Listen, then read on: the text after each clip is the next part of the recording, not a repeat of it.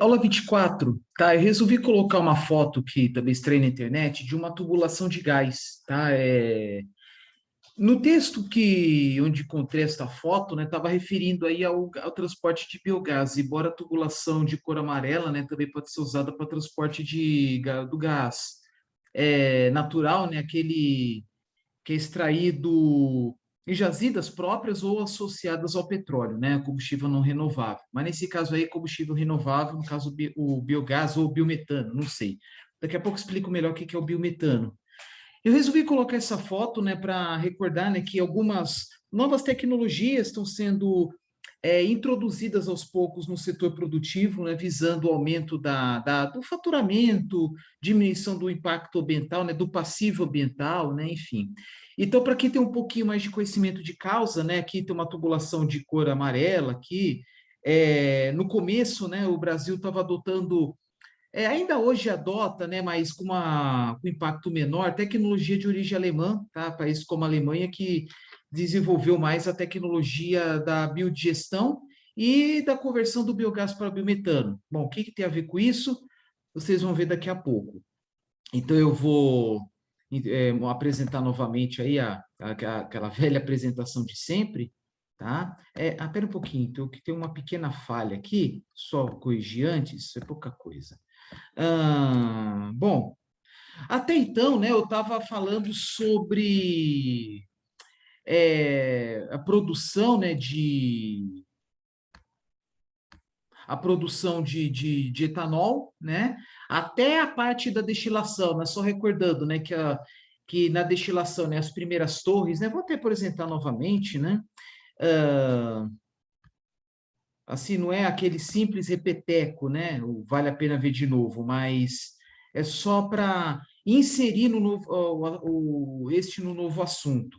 Eu tinha mostrado, até depois corrigir, né? Porque eu acho que eu usei assim, as palavras destilação e retificação de uma forma incorreta aí no começo do vídeo anterior. Mas vamos lá. Após o processo de fermentação, né, tem esses processos aqui, né? Entra o vinho, né, que é no máximo 12 graus Gay-Lussac, o vinho delevedurado, sem levedura, após a centrífuga que separa ambos, né, o vinho da levedura, e aí o vinho com 12 graus Gay-Lussac no máximo é aquecido, né, e entra na torre de destilação. Ele é aquecido com o intuito de separar, né, as frações, né? Por quê? Porque quando falo em frações, né, as diferentes substâncias que são geradas no processo de fermentação, né? Porque teoricamente, né, quando falo teoricamente, isso não acontece, né? Teoricamente, só seria uma mistura isotrópica, água e etanol, e o grosso do vinho, água. Por quê? Porque quando eu falo mistura azeotrópica, é em torno aí de 92, 93 graus Gay-Lussac, etanol, 7, 8% água. Mas, claro, e se tratando de vinhaça, né, uma quantidade de água muito maior, e essa quantidade de água muito maior, digamos aí mais de 90% da água contida nela, ela pode ser facilmente separada por destilação, né? Na verdade, né, eu vou corrigir, não por destilação, mas por um processo de aquecimento, tá? Um processo térmico, tá? Eu tenho que tomar muito cuidado ao falar. Então, a maior parte da água é extraída nas primeiras torres, ou representando esse desenho, na primeira torre. Eu falo nas primeiras torres no plural, por quê? Porque o processo de conversão de vinho em etanol anidro hidratado, né? Melhor dizendo, do vinho em etanol hidratado, que depois que eu falo, vou falar do etanol anidro, ele pode ser em série, pode ser paralelo, isso vai depender muito da qualidade do processamento, né? Qualidade do resultado, né, de cada torre, ou também devendo a quantidade de matéria-prima. Às vezes tem um volume de vinho tão grande que não compensa instalar uma grande torre, talvez compense instalar duas torres maiores, duas torres menores, enfim.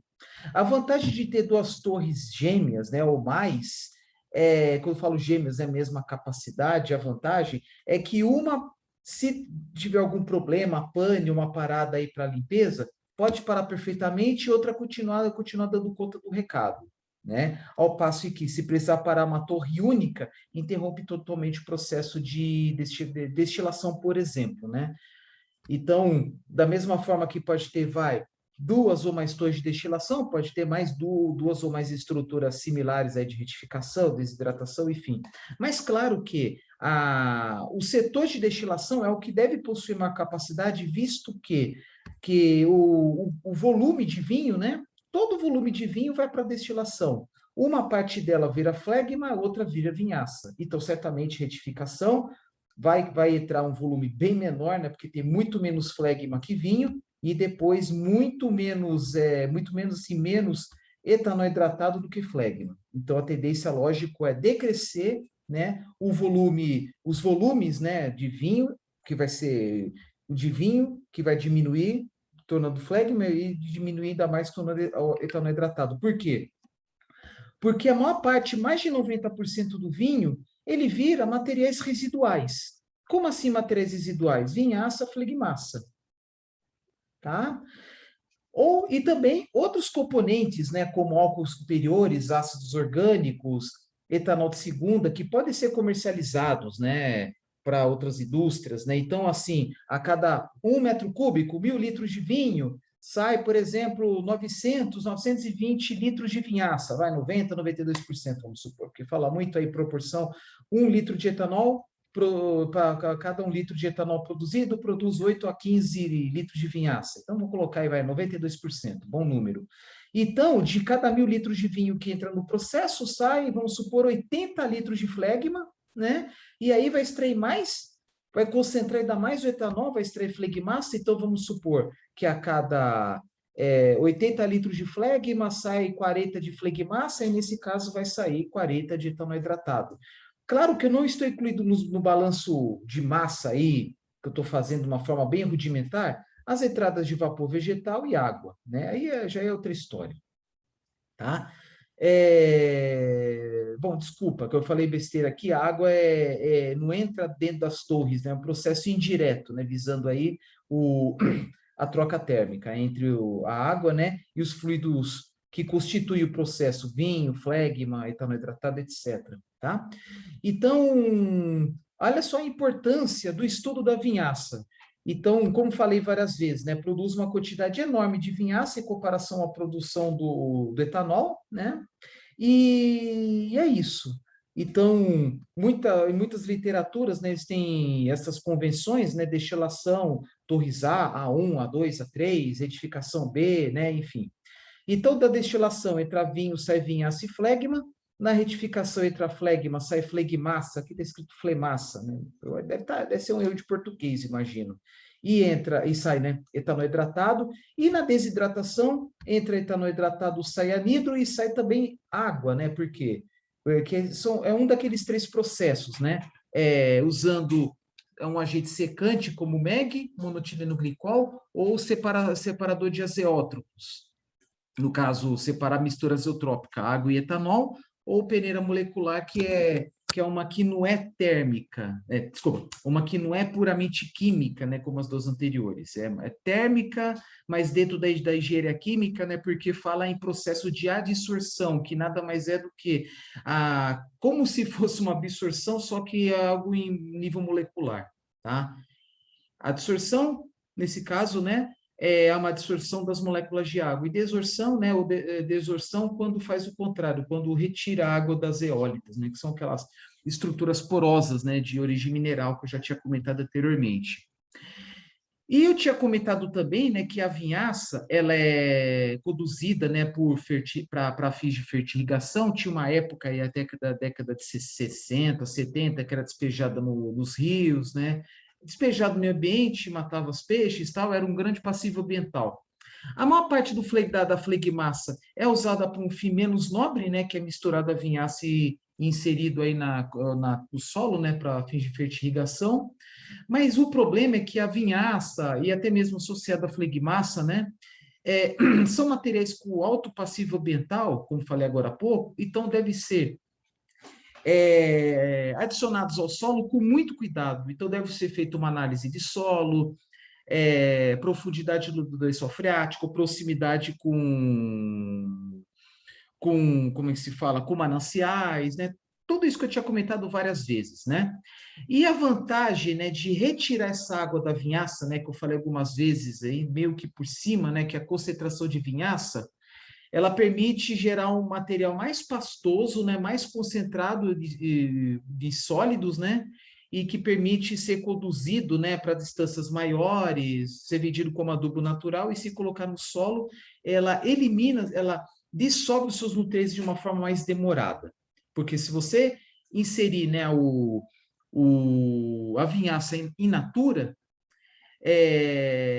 ela é rapidamente absorvida pelo solo e nem sempre o solo consegue aproveitar todos os seus nutrientes. Vou falar sobre isso de novo mais para frente, quando entrar exatamente na parte da concentração da vinhaça. Mas uma coisa muito importante que eu falei no vídeo anterior, isso vai servir também na concentração da vinhaça, é a possibilidade da utilização do vácuo.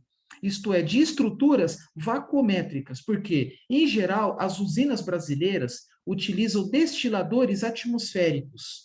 Se utilizassem destiladores a vácuo, necessitariam de menos calor. Por quê? Porque o ponto de ebulição, né, dos produtos finais, o ponto de ebulição, eles diminuem.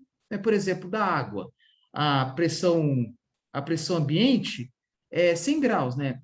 Pressão ambiente a nível do mar, que eu quis dizer, 100 graus. Agora, há uma pressão vacuométrica aí de, sei lá, 0,2 atm, claro que o ponto de ebulição é menor, algo em torno de 35 graus, mais ou menos. Tá? Só que, claro, o investimento é maior, né? As paredes devem ser mais robustas, porque nós estamos tratando de um vaso de pressão, isto é, como se fosse uma panela de pressão, só que ao contrário. Então, claro que o investimento é maior, precisa de bomba de vácuo, talvez aí válvulas de expansão, microturbinas, né, não, falei microturbina, falei besteira, né, mas um pressurizador, né, um compressor, etc. Tá? Então, que mais? Apesar, né, do maior investimento necessário numa estrutura a vácuo, alguns países como a Colômbia, né, suas usinas utilizam, tá, para aumentar a gestão e eficiência energética. Tá? No Brasil não, porque os empresários optaram por essa estrutura, né, que os engenheiros já estão acostumados, já existe uma rede aí de uma rede de assistência técnica já consolidada. É que nem a história da moenda. Por que a moenda faz muito mais sucesso que o difusor no Brasil? Um dos argumentos é o fato de ter mais técnicos, mais profissionais para manutenção. E, além da moenda ser um equipamento mais barato do que o difusor, alguns críticos dizem que a eficiência é mais baixa e, apesar do custo inicial, né, que é o CAPEX, né, que é o de investimento, o custo de manutenção é maior, dizem, né? E alguns componentes da moenda têm que ser substituídos toda a safra, até mesmo dentro do período da safra. Então é isso, é questão assim de quanto que o grupo empresarial está disposto a gastar, a investir, né? Depende do contexto. Né? Eu investir algo mais caro, que possa ser mais eficiente do ponto de vista energético, os favoráveis aos difusores dizem que ele é mais eficiente do ponto de vista energético, consome menos energia, que tem um gasto menor com manutenção, mas são mais caros, né? E no caso da destilação, né, pode ir pelo mesmo caminho. A destilação atmosférica é mais barata, só que consome mais energia, tá? Vamos lá, ainda mais que nós estamos passando por uma situação aí já há 15, 20 anos, né, de energia elétrica mais cara, os reajustes, né, de energia elétrica serem maiores do que a inflação. Então, é um mercado que está sendo apresentado aos poucos, né, embora necessitaria ter maiores investimentos, visto que há um risco aí até iminente de apagões, né, de racionamentos dos mais diversos aí no âmbito da energia elétrica, né? Bom, já tinha comentado isso com vocês, né? Então, tornou-se comum aí, por exemplo, falar torre A, destilação, torre B, retificação, né? Até tem um termo aí, óleo fússil, que eu até tinha comentado anteriormente, que é um nome que é muito usado nas usinas, né? Para designar uma mistura de substâncias, né? Incluindo álcoois maiores do que peso molecular maior que o etanol, ácidos orgânicos, né, como lático, butírico e lático, butírico e acético, né, que também são produzidos pelas leveduras, né, do gênero Saccharomyces, né? E que é algo que os geneticistas, que os responsáveis, os profissionais da fermentação tentam evitar, né? Por quê? Porque é açúcar que está sendo desperdiçado, tá bom? Aí, ó, coluna. Aí só aparece coluna B, né, de retificação. Aí aparece uma coluna H também, enfim, né? Ah, bom, já tinha comentado, etc. Ok, né? Aí, ó, flegmassa, coluna B, né? É toda uma sorte de supervisórios, né, que eu encontrei na internet, né, mas para apresentar. Tá vendo aqui, para o jeito tá tudo desligado, né? Tudo ponto de interrogação aqui. Mas tá bom.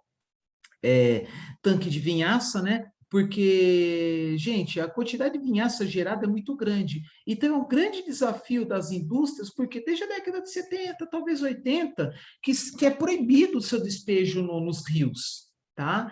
E é proibido despejar, né? Eliminar no meio ambiente de qualquer jeito. Então, aos poucos, o setor produtivo, né, o setor sucroenergético, está descobrindo que dá para gerar mais renda usando a vinhaça, mais renda até mesmo que do que o seu uso no campo. Porque ao usá-lo no campo, né, a vinhaça que é rica em potássio, fósforo, compostos nitrogenados, sulfurosos, etc., né, além de evitar comprar adubo sintético, né,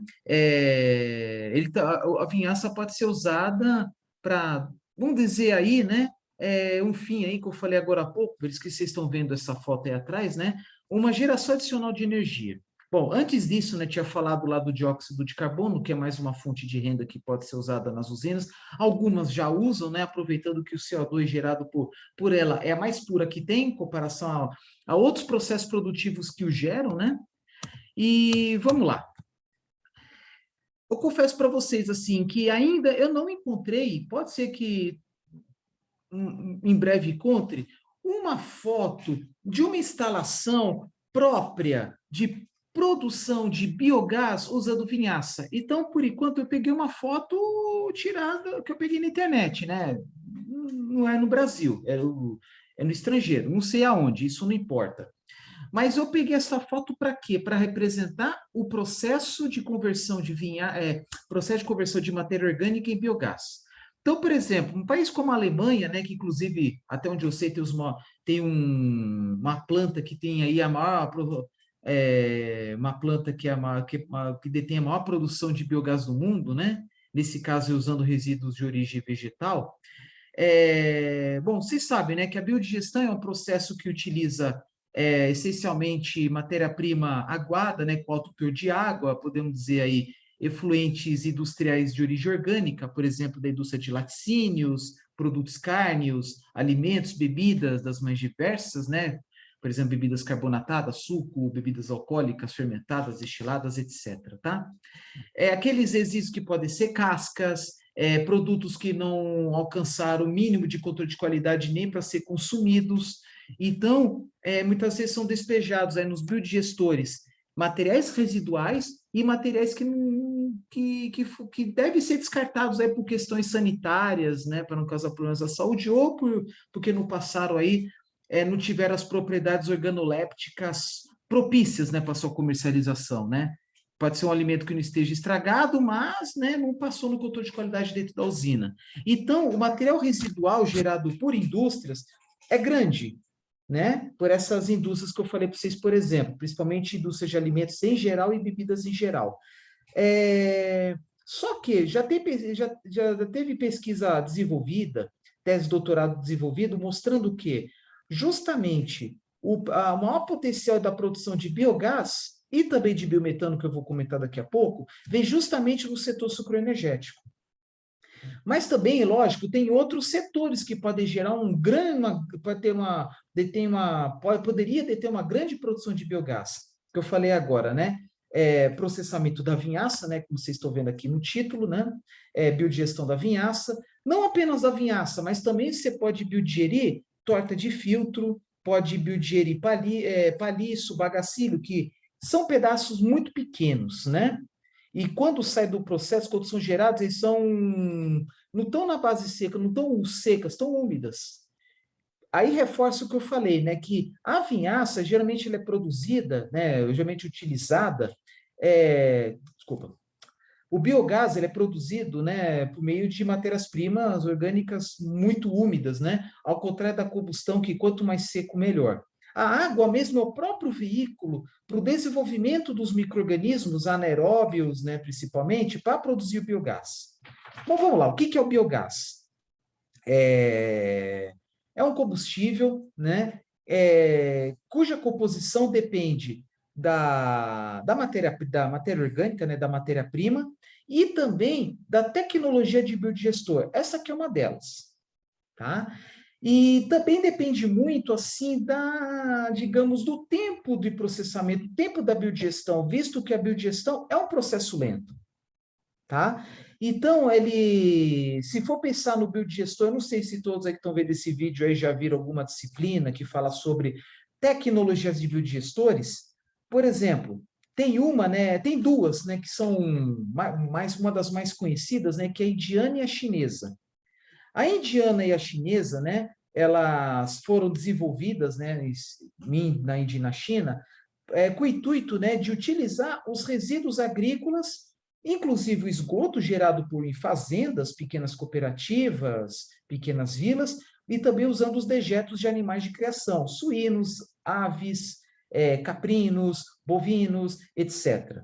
Tá? Para quê? Para gerar biogás, né, para ser usado aí como combustível, né, para a cocção de alimentos, etc., né, e também para produzir o biofertilizante, depois de vários dias aí, né. Então, só que depois, né, surgiu o canadense, o Marinha, que ocupa um grande espaço, é uma lona enorme, né, ocupando aí áreas aí facilmente superando, vamos colocar aí 50 metros quadrados, 100 metros quadrados mais ou menos, só que o fato de ter um grande espaço possibilita uma maior radiação solar e com isso, né, acaba tendo uma influência maior, né, da atmosfera, se tiver muito fria, a tendência é cair, né, o metabolismo, né, dos micro-organismos, né, então, assim, apesar dessa vulnerabilidade, né, às condições ambientais, né, algo que tem, mas muito menos, né, nos biodigestores chineses, do tipo chinês, do tipo indiano, né, que muitas vezes são enterrados, né, é a tecnologia mais difundida no Brasil, tá? Então, por exemplo, os primeiros, vamos dizer que a maior parte dos biodigestores instalados no Brasil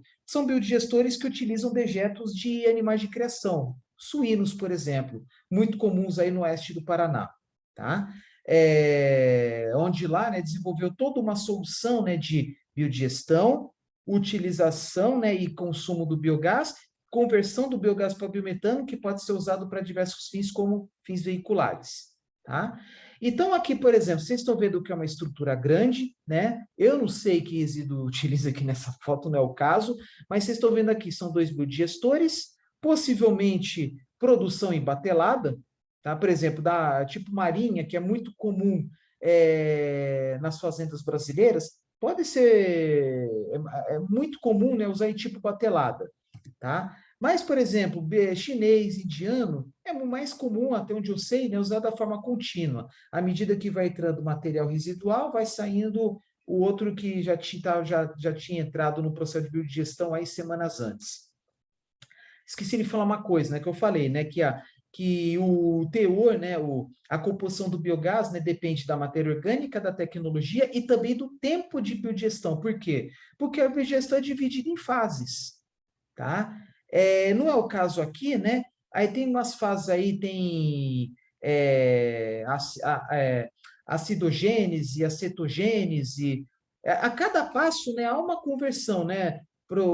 Mas basicamente é o seguinte: a biodigestão, né, ela visa quebrar moléculas maiores e moléculas menores. Agora que eu lembrei, a primeira fase é a hidrólise.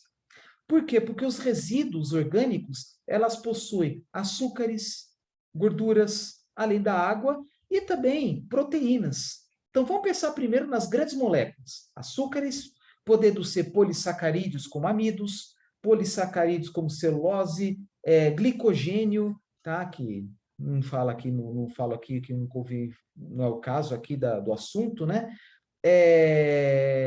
disacarídeos como sacarose, maltose, lactose, além dos mono, como glicose, frutose, galactose, além daqueles sacarídeos que tem, por exemplo, na hemicelulose, um pouco na celulose também, como manose, xilose, arabinose, enfim, são nomes que a gente não vê no ensino médio, né? Mas principalmente que é da engenharia de alimentos, talvez a química saiba melhor.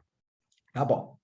Então, então entra moléculas maiores, e aí tem a fase da hidrólise, né, que é a destruição, né, conversão das moléculas maiores em moléculas menores, por exemplo, amido em glicose, sacarose em glicose, gorduras, triglicerídeos e ácidos graxos,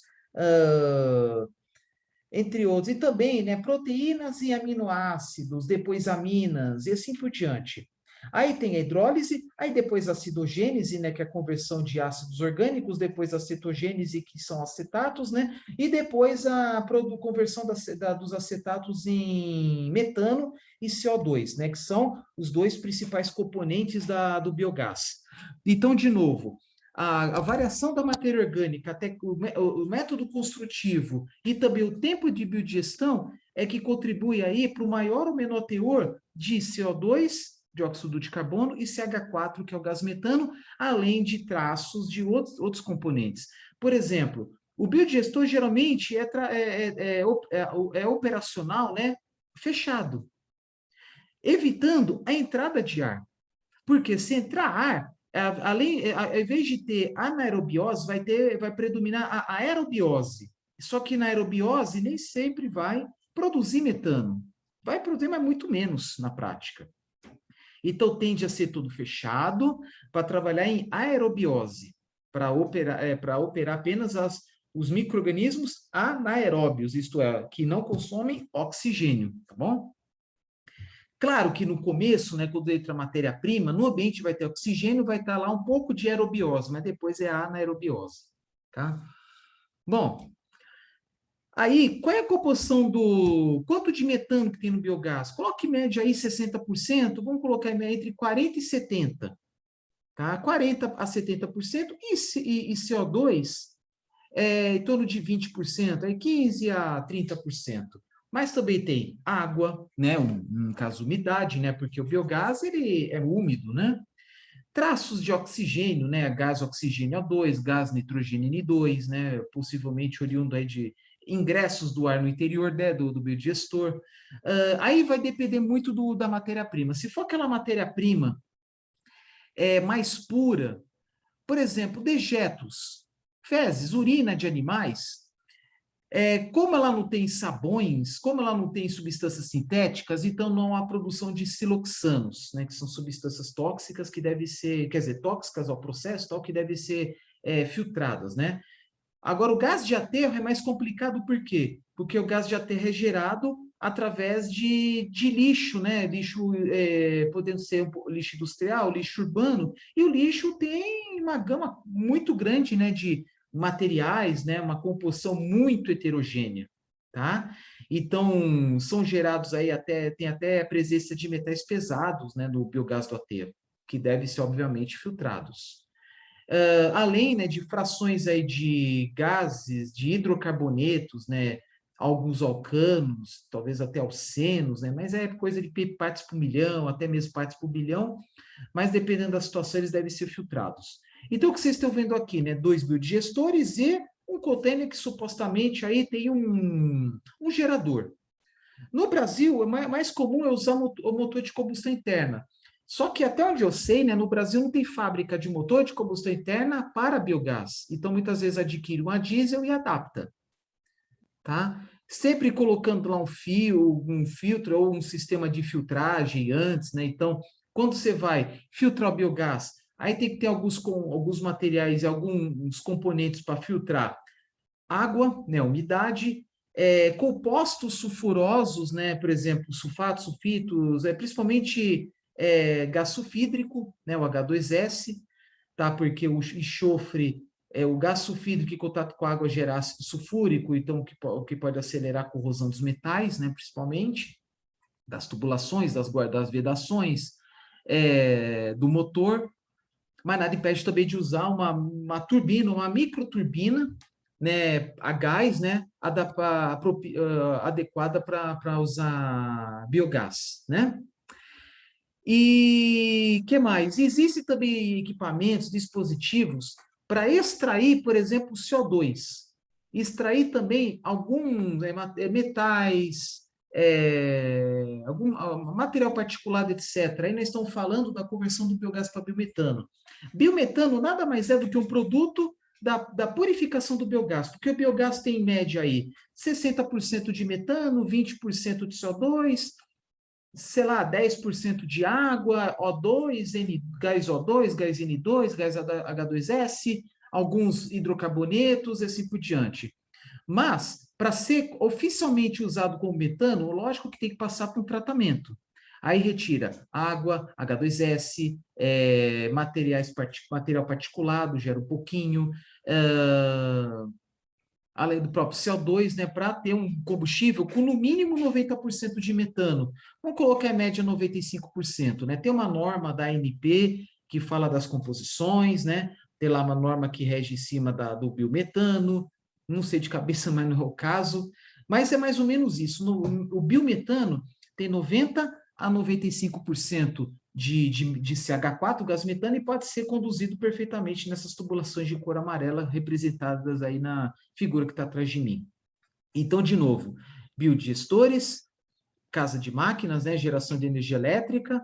Aí tem lá a tecnologia, aí, por exemplo, aí uma chaminé normal. Aqui deve ter, imagino que tem silenciadores, né, porque trata, se for pensar num motor, uma turbina, né, equipamentos rotativos geram bastante ruído. Isso aqui, imagino que seja uma caixa anecoica. O que é uma caixa anecoica? É uma instalação, né, para manter, né, para reter o ruído, tá? E aí, aqui deve ter, possivelmente, isso aqui deve ser um flare. O que é o flare? É aquelas torres, né, que queimam gás residual, gás em excesso, né, o gás excedente. Por exemplo, né, se a produção de biogás for maior do que a capacidade de queima aqui na câmara anecoica, caixa anecoica, ou então o excedente é queimado no flare. Muito comum em refinarias, tá? Então, a capacidade, o projeto da pequena termoelétrica está condicionado, obviamente, ao volume de biogás previsto, com geração prevista, tá bom? Então, de novo, o processamento da vinhaça, embora as pesquisas com vinhaça vêm desde a década de 70, inclusive vinhaça para fins energéticos, né, que eu estou falando aqui, só que teve algumas iniciativas, teve usina que já produziu biogás oriundo da vinhaça por um período de 10 anos, só que nenhuma produziu biogás usando 100% da vinhaça, visto que o volume é muito grande. E usar vinhaça para a produção de biogás não é muito simples, visto que a vinhaça ela é naturalmente muito ácida. E os micro-organismos que biodigerem, né, esta matéria orgânica, eles não sobrevivem a um ambiente muito ácido. Então, já houve vários experimentos usando esterco, né, para aumentar, né, o pH, tá? E agora estão surgindo aí novos processos, né, de conversão da vinhaça em biogás, junto também com conversão de biogás e biometano, mas usando, por exemplo, torta de filtro, né, que é torta de filtro, bagacílio, palhiço e até mesmo outros resíduos aí, oriundos de outros processos dentro e fora dessa indústria, tá? Visando o máximo de produção de biogás. É uma ciência aí muito complexa, tá? Ainda está, por décadas e décadas se estudou, tem sido estudado a biodigestão usando especificamente essa matéria-prima, né? Procurando aproveitar o máximo de volume para quê? Para produzir, para utilizar essa vinhaça por um menor período de tempo, porque nós estamos falando de um subproduto cujo volume de produção é enorme. Então, existem tecnologias, por exemplo, que acho que talvez eu mostre, não lembro se eu coloquei aqui na apresentação, se eu não coloquei, eu vou falar depois. Tem tecnologia de biodigestor e que o tempo de retenção, né, que a retenção dessa matéria-prima é de 1 dia e meio. Por exemplo, aqueles biodigestores tipo marinha, o tempo de retenção, aqueles que tem em fazendas, né, criação de suínos, por exemplo, o tempo de retenção é 10 dias. É muito tempo. Mas a biodigestão é um processo lento, demorado. E em países como a Alemanha, né, países da Europa que o inverno é bem rigoroso, é necessário, inclusive, inserção de calor, aquecimento do dejeto, do material residual. Por quê? Porque abaixo de 0 grau não há, definitivamente não há biodigestão. E aí vocês viram o quê? Quanto maior a temperatura, mais rápido é, maior a velocidade de biodigestão. E nesse ponto o Brasil sai ganhando. Por quê? Temperaturas médias maiores, ocorre uma biodigestão mais acelerada.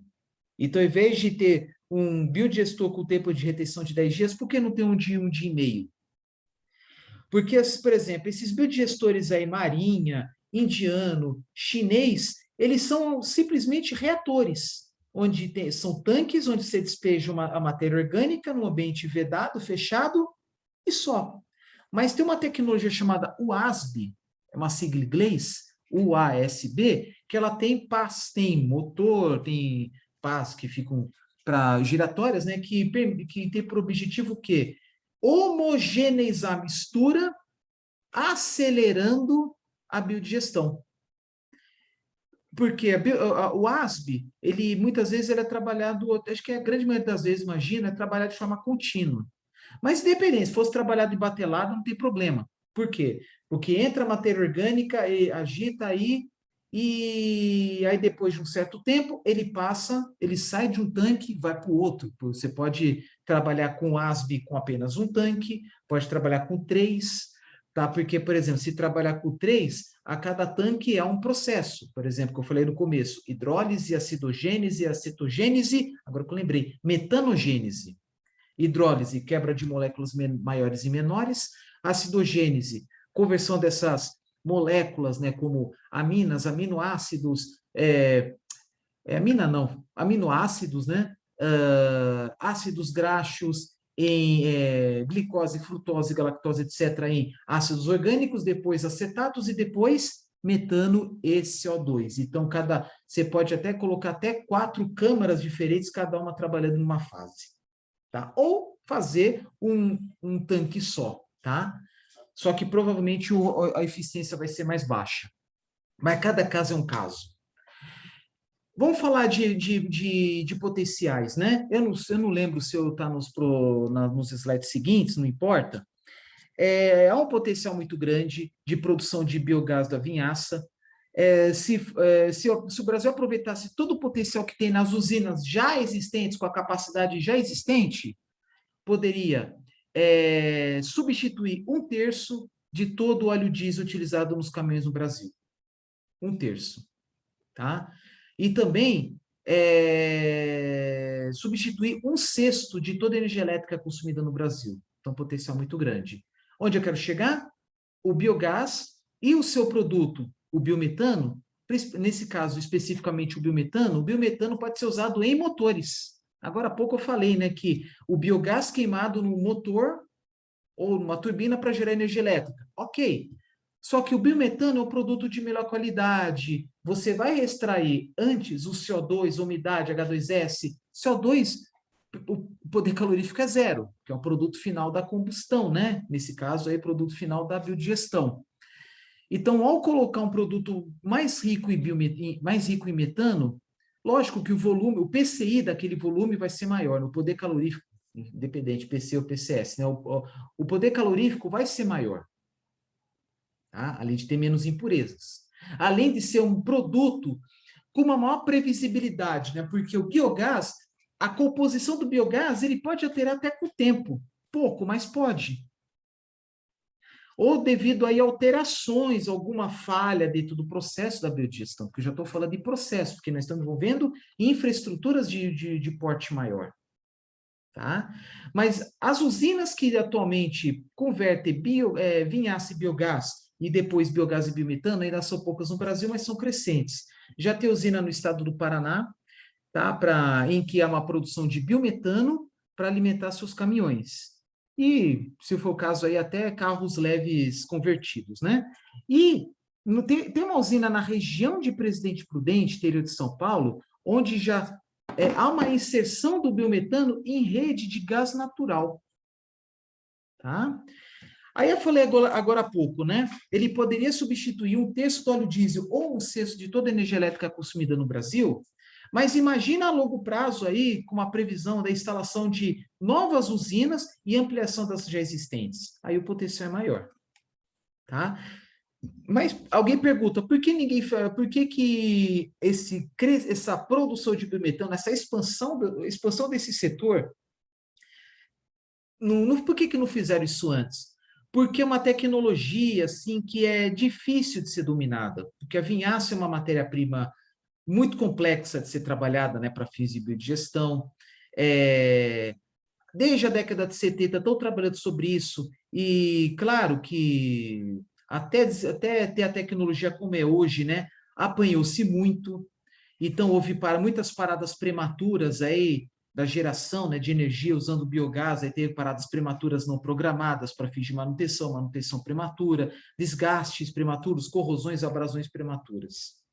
É a mesma história da produção do etanol de segunda geração, que ainda hoje está passando, que o processo industrial está passando aí por novos desafios, tá? Porque tanto a produção de biogás e biometano da vinhaça, quanto a produção de etanol de segunda geração, já saiu do protótipo, já saiu das plantas piloto, e ambas as fases deram certo, demonstraram sua viabilidade econômica, tanto o biogás da vinhaça e biometano deste biogás da vinhaça, quanto o etanol de segunda geração, porque até alguns anos atrás não tinha viabilidade econômica, agora tem, mas o problema é a produção em larga escala numa indústria com mínimo de previsibilidade adequada e com máximo de confiabilidade dentro da indústria. Isto é, sem causar problemas dos mais diversos aí, paradas não programadas, por causa de problemas que podem acontecer, como eu falei agora há pouco, abrasão devido ao uso de determinadas matérias-primas, corrosão devido ao uso de determinadas substâncias, etc. Reagentes, enfim. Olha aí, ó. Aqui é um local, né, onde tem rotâmetros, tem... Ah, o que é rotâmetro? Medidor de vazão.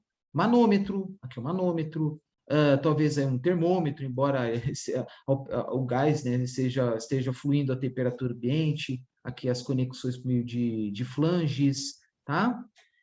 Então é isso. Então a produção e potencial de biogás é grande. Como eu falei, maior potencial no Brasil usando a vinhaça, mas tem outros setores aí com alto potencial, né? Como, por exemplo, dejetos de suínos. E, embora o biogás de dejetos de suínos, a maior parte está sendo utilizada nas próprias fazendas para aquecer pocilgas, aviários, e usados também para fins domésticos, usados nas próprias residências, né? Para fogão, aquecimento de água, aquecimento de ambientes, né? Calefação, enfim. Mas também iniciativas no oeste do Paraná de coleta deste biogás de várias fazendas, existe até pequenos gasodutos, né, de até 1 metro de profundidade, 8 bar de pressão, tubos poliméricos, né, e que pega aí gás como se fosse uma cooperativa, né, um gás de alguns sítios, algumas fazendas, conduzido esse gás até uma pequena termoelétrica, que pode gerar energia elétrica para essas fazendas e ou comercializar a rede. Tá? E também iniciativas para pegar esse gás, o biogás, e ser conduzido até um ponto de a conversão de biogás e biometano para alimentar veículos. Né? Assim, eu falo isso, né? Mas isso aí, até onde eu sei, não é adotado na prática. No oeste do Paraná, mas parece que já é adotado na usina de Itaipu, que tem lá um centro de pesquisa, laboratórios e tal, de estudo de biogás, onde os dejetos orgânicos, né, a matéria orgânica lá já é de restaurantes, por exemplo, né, já é usado para a produção de biogás, converte biometano para alimentar os veículos da própria usina de Itaipu, tá? Enfim, estão vendo aí que o mercado é grande, né? A meu ver, até onde eu sei, o que está mais assim, mais para frente é o uso do biogás de aterro, né? Que é um gás, que é um, digamos, né, um biogás menos puro, né? Devido à origem dela, né? Porque o lixo, né, tem plástico, papéis, metais pesados, matérias orgânicas as mais diversas, de diferentes idades, diferentes graus, né, de decomposição, tá? Porque matéria orgânica de aterro sanitário tem um processo muito lento, Tanto que, se você encerrar as atividades, você deixar de conduzir o lixo para o aterro sanitário, daqui a 30 anos vai continuar produzindo, tá? Devido aí à menor interferência da atmosfera, porque você coloca lixo, camada de terra, lixo, camada de terra. Aí aquelas primeiras camadas de lixo, como está muito longe, muito afastado, né, do meio ambiente, da atmosfera, então o tempo de degradação é mais baixo e as variações de temperatura são mais baixas também, tá? E essa aí é a grande vantagem, né? Voltando, né, ao biodigestor indiano e chinês, que geralmente eles são enterrados, ao passo que aquele marinho canadense, né, que tem em criação de suínos no Brasil, ele tem um contato, ele é muito próximo à atmosfera, né? Já falei isso para vocês. Aí tem o ASB, né, que é rotativo, né, permitindo o quê? Um menor tempo de biodigestão. Aí tem outros também, chegando ao ponto aí que eu falei, tempo de retenção de 1,5 dia, né? Ao contrário do canadense, que é de 10 dias. Bom, falei demais. Uma foto aí do tratamento de biogás, né? Conversão da biogás biometano para tirar a umidade, gás sulfídrico, materiais particulados, se tiver, metais pesados, se tiver, e, bom, falei umidade? Eu não lembro. Aí, gente, é um modelo, né, de uma usina mais moderna, onde vocês podem ver aí tanques de etanol, torre de arrefecimento, torre de arrefecimento, esse verde bebê aqui no fundo, torres de destilação, eu imagino ser processo de fermentação, né? Possivelmente aqui produção de açúcar. E aqui, olha só, a cúpula, né? Simulando um biodigestor, tá? E essas 4 torres aqui, com cone desse formato, ele representa uma outra tecnologia de utilização da vinhaça, que é o processo de concentração de vinhaça, tá? Mas eu vou falar daqui a pouco. Aqui, ó, reator de demonstração instalado em destilaria no Brasil, tá? De biogás, tá? Então, aqui pode até ter uma torre de destilação, né? Destilação do biogás, porque pode ser extraído algumas frações aí, né? De alcanos, né? Se for, é claro que, como falei, né? O biogás ele depende aí de variáveis como composição da matéria orgânica, tecnologia de biodigestor e tempo de retenção. Mas aqui pode ser extraídos algumas frações úteis, como alcanos. Aqui que são alcanos? Hidrocarbonetos, né, de ligação simples, como metano, etano, propano, butano, ou alcenos, né, como eteno, propeno, buteno, aqueles de ligação dupla, etc. Tá? Antes de falar do processo de concentração da vinhaça, eu vou fazer o seguinte, eu vou falar essas duas aqui, esses dois, que está fora de ordem aqui, eu vou falar dessas duas apresentações aqui, e depois eu falo sobre essa notícia aqui, das 80 usinas de cana. Isso aqui eu já tinha comentado, né, que as tecnologias de biodigestão mais modernas, né, permite o quê? Um tempo de retenção de 1 dia e meio. E isso mostra, e por que eu estou falando isso? Está aqui essa informação, ó. Mas, de outra forma, essa tecnologia aqui ela é chamada de IC. IC significa circulação interna. Por que eu estou falando do tempo de retenção de 1 dia e meio? Porque, neste exemplo aqui,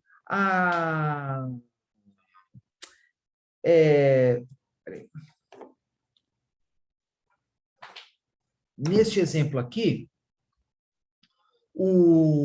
é usado 10 metros cúbicos de vinhaça, tá? 10 metros cúbicos de vinhaça por dia, se falar 10 metros cúbicos de vinhaça por dia, para um reator de 15 metros cúbicos.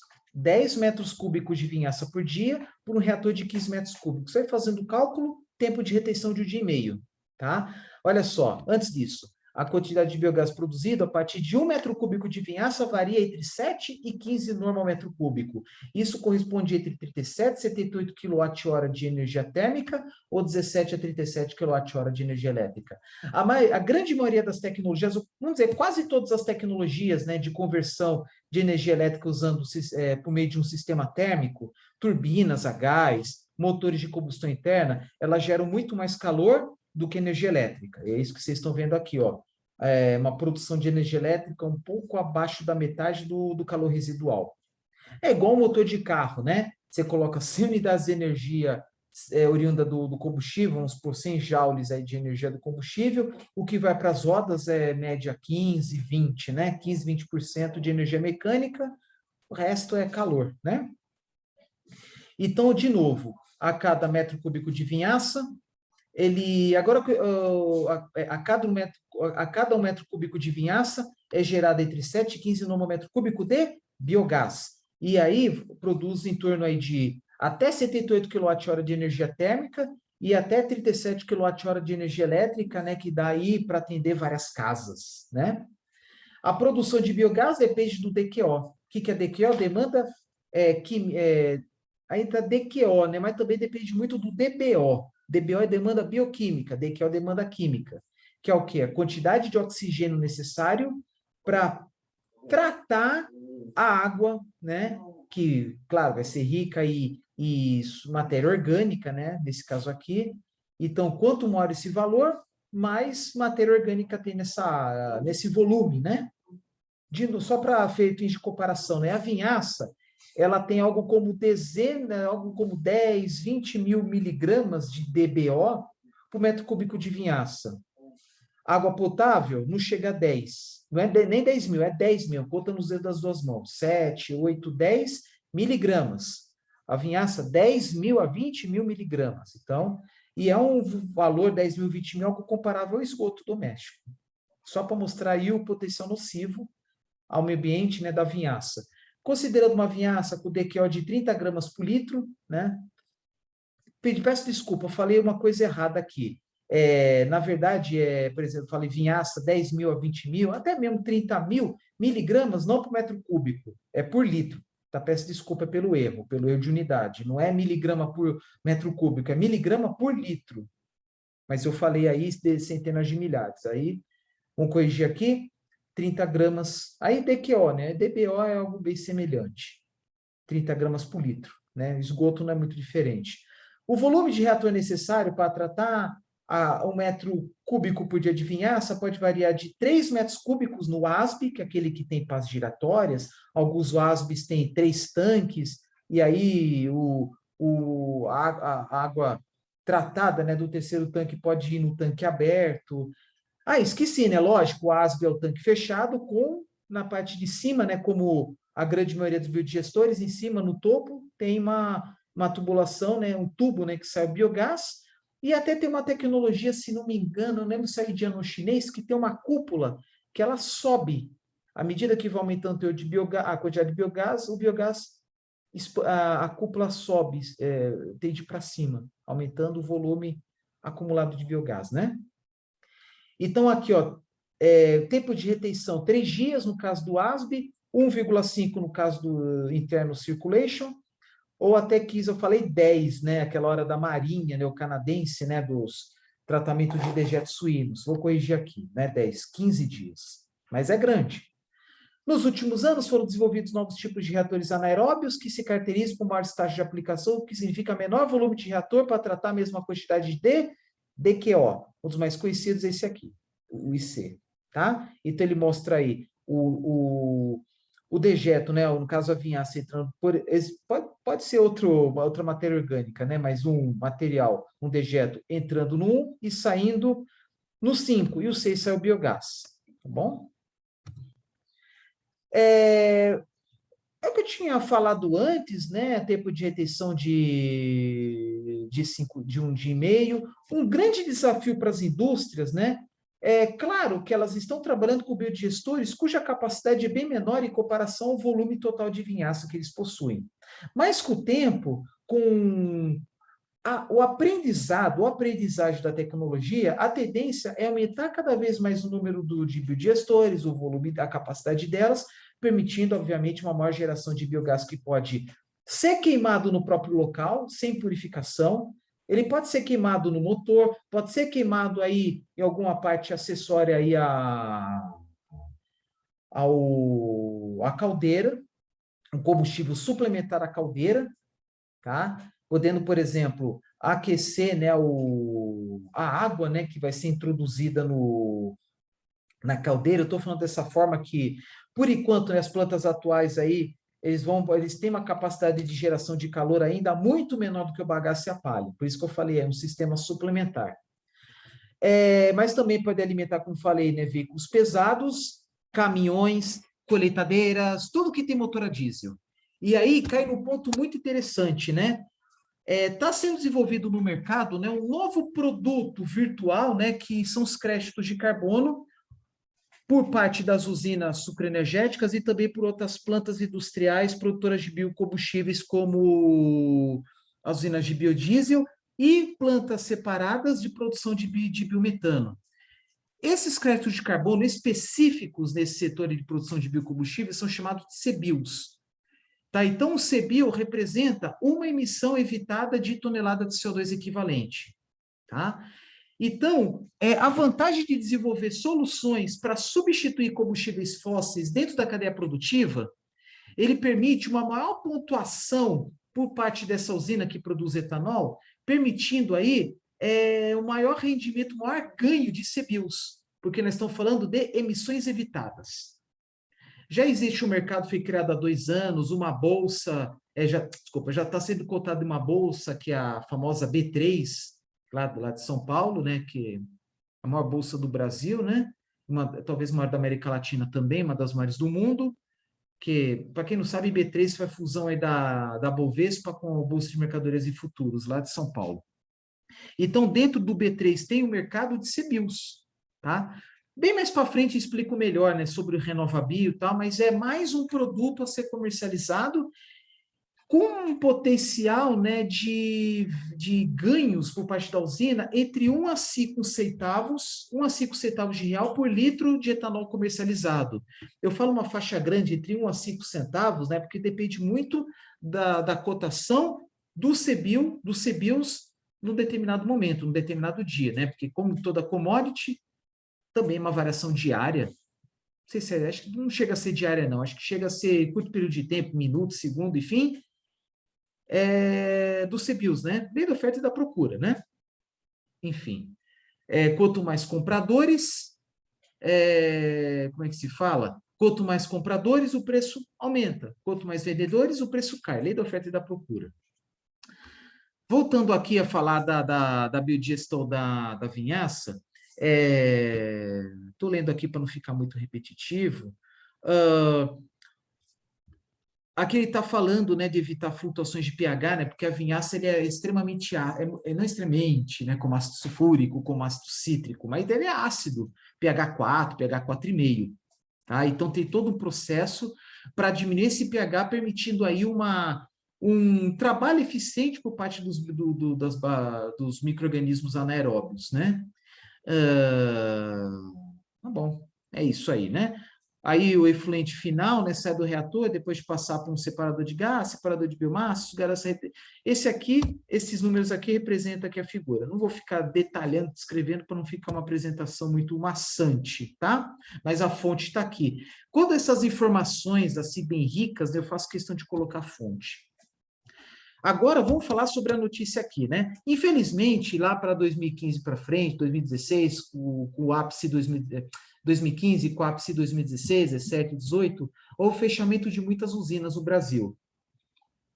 A grande maioria delas era de baixa capacidade, usinas bem antigas, que não conseguia acompanhar, né, as usinas mais modernas. Mas esse não foi o único motivo. Teve outros problemas por trás aí, né? Com foco aí, com destaque a queda do desempenho da economia brasileira. Então, atualmente, aí tem um número menor aí de um pouquinho menos, né, de 400 usinas, 380, 390 no Brasil inteiro, mas chegou aí seu ápice de 450, 460 usinas. E a maior parte quase todo esse canavial que era direcionado a essas usinas que faliram, né, que fecharam, foram conduzidas para usinas vizinhas. Isso principalmente no estado de São Paulo e Zona da Mata, Agreste Nordestino, né, que são regiões onde as usinas estão mais concentradas, onde tem a maior concentração de produção de cana-de-açúcar. Tá? Então, fala aqui das dificuldades financeiras. Algumas usinas paralisaram suas atividades temporariamente Por exemplo, tem uma usina em Rio Brilhante que parou por 2 anos, né, devido à falta de cana, e eu ouvi dizer que recentemente ela voltou a ser operacional. Só que a vantagem é que é um grupo empresarial que tinha duas usinas próximas, de algumas dezenas de quilômetros. Então, a gestão da cana não foi tão complicada, tá? O Brasil tem hoje capacidade instalada para processar mais ou menos 700 milhões de toneladas de cana por safra, só que nessa safra 2021-2022 está previsto aí produzir um pouco menos de 600 milhões de toneladas, daí teve a previsão de uma quebra da safra, tá? Então a capacidade é maior do que a produção, aí fazendo as contas de cabeça, talvez aí um aproveitamento aí de 85% da capacidade. Na indústria do biodiesel, dá uma capacidade ociosa muito maior, tá? Talvez aí consiga aproveitar no momento 60%, então capacidade ociosa de 40%, claro que depende do ano. Isso que é notícia de 2015. De 2015 para cá não houve muitas mudanças. Houve inaugurações aí de 3, 4 grandes usinas, eventualmente fechamento de uma ou outra. Aumentou a capacidade, mas não aumentou tanto, não. Mas há uma previsão nos próximos anos aumentar, né, dar uma acelerada, né, visto aí que a gasolina está ficando muito cara, o etanol também, mas a gasolina está ficando muito cara, e desde 2000, acho que 2012, 2013, o Brasil está importando gasolina, e também, né, por que pareça, o Brasil importa etanol, tem anos que importa mais do que exporta, principalmente o Nordeste, que está compensando importar dos Estados Unidos do que importado da região Centro-Sul, principalmente do estado de São Paulo. 2020 marca o início da maior reabertura de usinas e a partir de 2023 começam os greenfields. Na verdade, greenfield já existe, né? Mas está dizendo que a partir de 2023 vão ser inaugurados vários vão ser concebidos vários projetos, né, que chamam de greenfield, que nada mais é do que usinas novas, onde está conjugado a indústria e o setor agrícola, muitas vezes dentro de um mesmo grupo empresarial. Aqui, no caso, um grande armazém de açúcar, 2 caldeiras, né? Aqui, ó, que está bem mais didático, na minha opinião. Onde fica a casa de máquinas, onde fica as turbinas a vapor, aqui a moenda, tá? E aqui as instalações de tratamento do caldo, fermentação e destilação, né? E aparentemente, né, para a impressão que dá que a capacidade aqui, pelo tamanho, é maior do que muitas usinas que eu mostrei em fotos anteriores, na minha opinião. Aqui, ó, caminhão chegando, caminhão fazendo manobra, aqui caminhão tombado por um guincho hilo, né, que é aquele que tomba e descarrega a cana, né? Vamos lá. Concentração de vinhaça nada mais é do que extrair a água dela, né? Por quê? Porque a vinhaça in natura tem lá uns 10 graus Brix, mais ou menos. Claro que depende, né, do processo. Pode ser 8 graus, pode ser 10, pode ser 12, pode ser 15 graus Gay-Lussac. O grande problema de transportar vinhaça in natura e fertirrigar, né, além do mau cheiro, gasta-se muito óleo diesel, muito combustível, muitos caminhões, gasta-se muito tempo para transportar um produto que é praticamente só água, limitando o seu campo de atuação. Então, pode ter canaviais que nem recebem essa vinhaça. Então, a concentração de vinhaça permite extrair o grosso dessa água, conduzir essa água para o processo industrial, né? Que eu falei, né, vários vídeos atrás aí, que o setor, né, a indústria sucroenergética, ela capta muita água de mananciais, né? Ela é devedora, né, digamos. Então, com essa tecnologia, ela pode tornar-se credora, fornecer água para uma outra atividade, até mesmo fora da indústria. Pode ser, por exemplo, a irrigação, né? Porque a irrigação ajuda muito para aumentar a produtividade do campo. Então, o que acontece? Basicamente, a concentração da vinhaça é composta por torres, muitas vezes, né, em paralelo, que tem esse formato aqui, né? Torres compridas, né, altas, com cone invertido, né, com cone invertido, desta forma. Eu não sei se tem outras fotos. Essa aqui me mostra melhor. Então, a vantagem de concentrar vinhaça, retira-se a água, aumenta a concentração de sólidos, aumenta aí para em torno de 60, aí vai depender do que solicitam, né? Vamos supor aí 60 a 80 graus Brix, que é algo bem mais sólido. Ele pode ser usado como adubo orgânico, até mesmo para culturas fora do âmbito da cana. Cultura de milho, soja, por exemplo, tá? E como é que ela funciona? A concentração de vinhaça dessa tecnologia aqui, desse formato, dessa configuração, ela é trabalhada a vácuo. De novo, pelo mesmo motivo daquelas torres de destilação que eu falei que tem na Colômbia, na Índia e em vários outros países no mundo afora, e que até onde eu sei não tem no Brasil. O vácuo tem por objetivo, o intuito, diminuir o ponto de ebulição. Então, por exemplo, se você vai injetar a vinhaça a uma pressão aí de 0,2 bar, desculpa, eu não sei se trabalha exatamente com essa pressão, talvez não, talvez mais, 0,4, 0,3.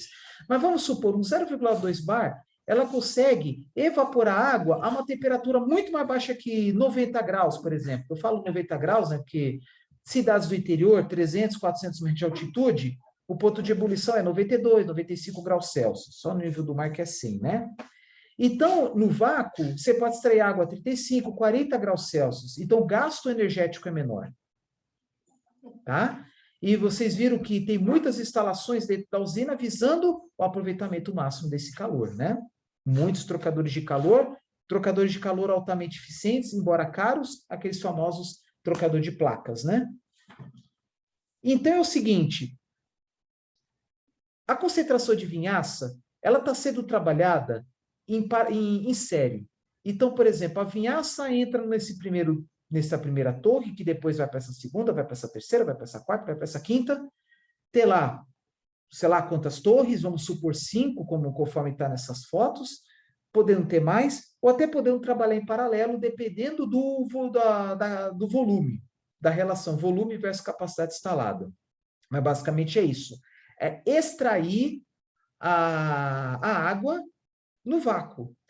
E essa vinhaça, ela entra por baixo, e ao alcançar este cone, estão vendo que o que é o cone? É uma figura, né? É o elemento geométrico e que aumenta o diâmetro. Ao aumentar o diâmetro, força a queda de pressão. Tá? Ao expandir, né, o tubo, ele forma como se fosse uma grande válvula de expansão que tem, por exemplo, em sistemas de refrigeração, né? Por exemplo, quando fazemos refrigeração, geladeira doméstica, tá? Que é a válvula de expansão. Então, força-se o aumento desta válvula de expansão, tá? A válvula de expansão de geladeira doméstica, ok. Que ele força uma queda de pressão. Então, vamos supor supondo que entra vinhaça a uma pressão acima da atmosférica, o suficiente para bombear, 1,1 bar, por exemplo. E aí sai da primeira torre a 0,9, aí entra 0,9, sai 0,8, aí entra 0,8, sai 0,7, decrescente. Vamos supor que é possível fazer em cascata, decrescente, né? Se for pensar aí, um trabalho em série. Mas o objetivo final é diminuir o consumo de energia. Claro que necessita de uma infraestrutura mais robusta, que torna-se mais cara, paredes mais grossas, enfim, tudo isso é tudo calculado. O grande problema que tem aparecido, eu imagino que deve ter minimizado, não vou dizer que foi solucionado, mas as primeiras instalações de concentração de vinhaça, isso 2016, 2015, a grande reclamação das usinas é a alta taxa de frustrações e um grande número de paradas não programadas para efetuar a limpeza após curtos períodos de tempo, como algumas poucas horas. 6, 8 horas, 10 horas ou um pouco mais. Então, por exemplo, você pensa aí extração do caldo, tratamento do caldo, fermentação, destilação, muitas vezes executam-se trabalhos ininterruptos, fica até mesmo dias e dias sem parar. Agora, imagina que concentração de vinhaça, trabalha um pouquinho para, trabalha um pouquinho para, trabalha um pouquinho para limpar, trabalha um pouquinho para limpar, e muitas vezes essas limpezas não é apenas água, usando produtos altamente tóxicos. Né? Então, a pessoa tem que ter todo o EPI adequado, às vezes usa soluções cáusticas exatamente para tirar materiais incrustantes, aí tem que usar, né, uma grande quantidade de aço inox, eventualmente aço inox 316, que ele é bem resistente à ação de muitos produtos químicos, né? Então, o grande problema é as paradas frequentes para limpeza, tá?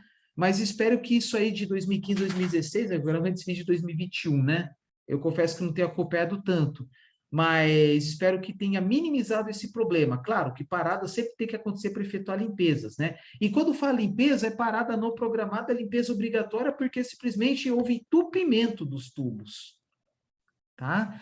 Então, porque nós estamos falando em um elemento que tem sólidos, tem açúcar que não foi fermentado, tem partículas das mais diversas, né? Sais, enfim, né?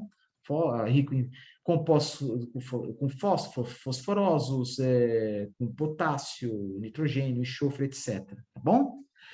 Ainda poucas usinas possuem uma infraestrutura como essa, né, de concentração de vinhaça e também de biodigestão. Por quê? Porque tem muitas usinas que estão em processo de concordata, recuperação judicial, altamente endividadas, com baixa capacidade de investimento.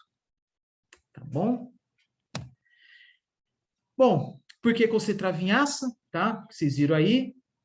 Pode ser que a longo prazo a fertigação seja proibida, forçando a aceleração da adoção dessas tecnologias aqui. E aí, se criado um cronograma, que nem foi feito aí um cronograma para acabar com as queimadas, aí essas soluções vão ser aceleradas, tá? Permitindo aí mudança de conceitos, né? Adoção, como falei aí, uma vinhaça concentrada, né? Em vez de ser por fertirrigação, né? Aplicar em quantidades menores no solo. A vantagem, né, que a vinhaça concentrada, né? Primeiro, não tem cheiro, que nem a vinhaça in natura. E a segunda, ela pode ser dissolvida, né? Demora mais para o solo utilizá-lo, tá? Então, aqui, ó, por que concentrada em vinhaça? Norma CETESB e tal, legal, econômica, redução no custo de transporte devido ao menor volume de vinhaça, ambiental, redução da captação de água, retorno da água evaporada da vinhaça processo, já falei, né? E a norma de dezembro de 2016 estabelece que a aplicação está limitada a 150 metros cúbicos por hectare, sem exceder a concentração de potássio de 5%, tá? Então, já um cuidado acerca da quantidade e da concentração de potássio. Tá? Então, nada impede a longo prazo, dizer para o que eu falei para vocês, diminuir ainda mais a quantidade de vinhaça, aqui está 150, nada impede diminuir para 100, para 50, e aí forçar as indústrias a concentrar a vinhaça. Aqui, ó, reduções, né? Concentração de vinhaça, até 1 litro de vinhaça por litro de etanol, aí diminuir em 8 a 15 vezes, né? Imagina, em vez de produzir 8, 15 litros de vinhaça, produz apenas 1 litro de vinhaça concentrada. E aqui, fermentação com alto teor alcoólico, aí é uma outra tecnologia, né? Aí dentro da fermentação, para aumentar ainda mais a eficiência da fermentação, né? Aumentar né, o fator de utilização do açúcar e diminuir a seletividade de outros produtos da fermentação, excetuando o etanol. Tá? Procurar produzir mais etanol ainda. Até, ó, 5 litros de vinhaça por litro de etanol, que é algo até considerável, né? Porque eu estou falando aí, atualmente as usinas produzem de 8 a 15 litros de vinhaça por litro de etanol. Aí, ó, concentração de vinhaça, por exemplo, que eu falei para vocês, ó, em série. Então, aqui, ó, bom, fermentação, né? Coluna A, retificação, coluna B. E a vinhaça sai da coluna A, aí ela vai aqui, ó, primeira torre, segunda torre, terceira torre, quarta, né? Aí vinhaça concentrada, aqui nesse exemplo, até 25 graus Brix, tá? Mas dá para trabalhar ainda mais. Mas já deu para extrair bastante água e já concentrou bem a vinhaça. Um grande ponto a favor, né? E aqui dentro do processo, né? Aí extrai-se a água, né? E aí passa aí para o trocador de calor, ou enfim, né? Para até mesmo, né? Condensar. Nada impede. Aqui, ó, tem condensador e tal, né? E aqui até mesmo, né? Podendo interagir, né? A concentração de vinhaça aqui com a retificação, né? Enfim, né? Porque dentro do concentrador de vinhaça também pode produzir, pode não produzir, pode sair um pouco de etanol. Por que eu estou falando isso, gente? Porque, por exemplo, a concentração de vinhaça atua, vamos supor aí, a 0,3 bar. Aí o ponto de ebulição da água, vamos supor, 40 graus e o do etanol 32. Aí, então, a 32 já consegue extrair o etanol que ficou retido na vinhaça. Claro que é coisa pouca, mas é desperdício, né? Então, a vantagem da concentração de vinhaça permite também recuperar um pouco do etanol que ficou retido na vinhaça. Tá? Além de recuperar a água, né? Porque, pelo amor de Deus, né? A cada 1.000 litros de vinhaça, você pode conseguir até 900 litros de água. Mas para obter 25 gross brix, né? Aí é de cada 1.000 litros de água, consegue obter aí algo como 200 litros, 250 litros de água aí, né? Possivelmente. Aí, ó, integração energética com a destilaria. Não apenas integração, né? Recuperar um pouco do etanol, mas também conduzir, né? Vapor, água, enfim, né? Um utilizar, né, a energia do outro, visto que destilação é um processo térmico, tá? Integração energética com destilaria, zero consumo de vapor. Então, não precisa de aplicação adicional de vapor, né? Pegar vapor lá da extração da turbina ou da caldeira, enfim, né? Vapores alcoólicos como fonte de energia. Tá? Etanol produzido como fonte de calor. Redução do volume de viagem até 6 vezes sem consumo adicional de vapor. 6 vezes sem consumo adicional de vapor. Se você quiser concentrar e dar mais a vinhaça, 7, 8 vezes, é possível. Aí sim tem consumir mais energia. Né? Porque eu penso da seguinte maneira: à medida que você vai concentrando e dá mais a vinhaça, vai ficando mais difícil mesmo extrair água. É que nem, por exemplo, né, por exemplo, você lá tem goiaba. Você quer produzir polpa de goiaba, mas quer tirar o caroço. Quando você coloca lá no fio, na peneirinha, né? Você consegue tirar bastante polpa no começo, mas chega no ponto vai ficando cada vez mais sólido, né, essa mistura de semente com uma polpa mais seca, e aí você demora mais para extrair um pouquinho, né? Então, aqui mesma coisa, né? Da mesma forma que lá na destilação, e também na extração do caldo da cana, o começo desses processos é que consegue os maiores rendimentos. Aqui mesma coisa, na primeira torre que você consegue extrair mais água, aí depois você consegue um pouco menos. Mas, de novo, aqui está em série, mas também pode ser trabalhado em paralelo, um conjunto, série e paralelo. Não apenas paralelo. Apenas paralelo eu acho muito complicado. Tá? Visto que dificilmente você consegue aí extrair toda a água, não toda a água, é muita água de uma vez. É meio escalonado.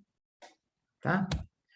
Reação litros de vinhaça por litro de etanol, tá? Eu peguei da mesma fonte aqui, né, desse fornecedor daí, a Dedini, né, que é uma empresa lá de Piracicaba que fornece vários equipamentos para o setor sucroenergético, tá? Relação litro de vinhaça, litro de etanol, dando exemplo aqui, para obter se você obtém aí 12 graus Gay-Lussac do vinho, que é o volume muito bom, você consegue aqui, por exemplo, de 4 até mesmo quase 1 litro de vinhaça por litro de etanol, usando aí as diversas tecnologias. Aqui, por exemplo, cinza, né, com convencional com refervedor, né? E aqui os outros, né, concentração de vinhaça, como vocês viram aí, né? Esse aqui. Porque você pode concentrar vinhaça com vapor, com a vinhaça a pressão atmosférica, mas aí você vai gastar mais calor, né? Você pode colocar num reator, tá? Ou num aquecedor, desculpa, aquecedor não. Você pode colocar num evaporador convencional, trabalhando a pressão ambiente, né? Só que você gasta mais energia. Tá bom? É que nem, por exemplo, produção de melaço. Você tem lá o caldo de cana, você vai tacando calor, calor, calor, né? Fornece calor acessível, e aí depois só calor latente, né? Responsável pela fervura, né? Para extrair mais água, evaporar a água e ficar aquele negócio mais pastoso, né? Mas outras tecnologias aí desidratação da. Ah, tá, que é o próximo passo, né? Desidratação do etanol. É a conversão do etanol hidratado e etanol anidro. Etanol hidratado é aquele que você vê nos potes quando você quer pedir álcool. Não, enche o tanque com álcool aí, o etanol, né? Que parece nos potes, não mais o nome álcool, parece etanol. E etanol anidro é aquele misturado à gasolina. Então, isso aqui são as eólitas, né? Que são materiais de origem mineral. Quando eu falo mineral, né? Ou produtos mineralizados, né? Pode ser sintéticos. Acho que a grande maioria deles são sintéticos. Mas ele tem compostos minerais, tá? Então tem vários formatos, aí esferas, formato irregular, aqui como vê aqui embaixo do lado direito, granulado, né? Como vocês podem ver do lado direito em cima. Os formatos não importam. As zeólitas são talvez centenas, né? Tem zeólitas das mais diferentes formas, como vocês estão vendo, composições. Não existe zeólitas apenas, né, para produção de etanol, para extrair água, né, do etanol hidratado, para conversão de etanol anidro. Você vê as zeólitas em vários processos químicos, né, de separação de misturas, extração de impurezas. Você poder até usar, por exemplo, né, o carvão ativado para extrair água, né? Eu não conheço ninguém que faça isso, né? Eu falo porque carvão ativado é muito comum na limpeza da água, limpeza de extração de frações, limpeza de produtos químicos diversos, né? Mas, por exemplo, na usina São Fernando usa peneiras moleculares, ó, mistura cerâmica estável, com porosidade controlada, estrutura rígida, oca, onde fluidos como a água podem ser armazenados e retidos em seus poros. Por meio de adsorção, graças ao grande poder de secante, e sua superfície ativa é de 800 metros quadrados por grama. Tá? Por que tem uma grande área? Por causa da sua alta porosidade. Usa colunas ou vasos devidamente preenchidos com essa estrutura cerâmica, também chamada como zeólita. Zéu, ferver, lito, pedra. Permite, mediante temperatura e pressão controlada, a passagem de etanol hidratado, com graduação aproximada de 93, W é weight, né, de peso, né, 93% em peso, massa, né, graus NPM. Promovendo a absorção até 99,3, tá? Aqui está 23,25 porque eu peguei dados lá da página da homepage da usina São Fernando, eles não atualizaram, deve ser lá desde 2008, 2009, né? Atualmente, né, 2021, ano que eu fiz esse vídeo, 27,5%. Para gasolina convencional, gasolina tipo C, aditivada. Agora, gasolina tipo premium, aí é 25%. A instalação, né, de peneiras moleculares. Eu vou parar aqui, né? O vídeo está ficando longo, mas o próximo, falar do etanol do milho, tá? Que é algo que é bem promissor no Brasil, tá? Então tá, você espere que eu vou fazer outro vídeo aí. Até daqui a pouco.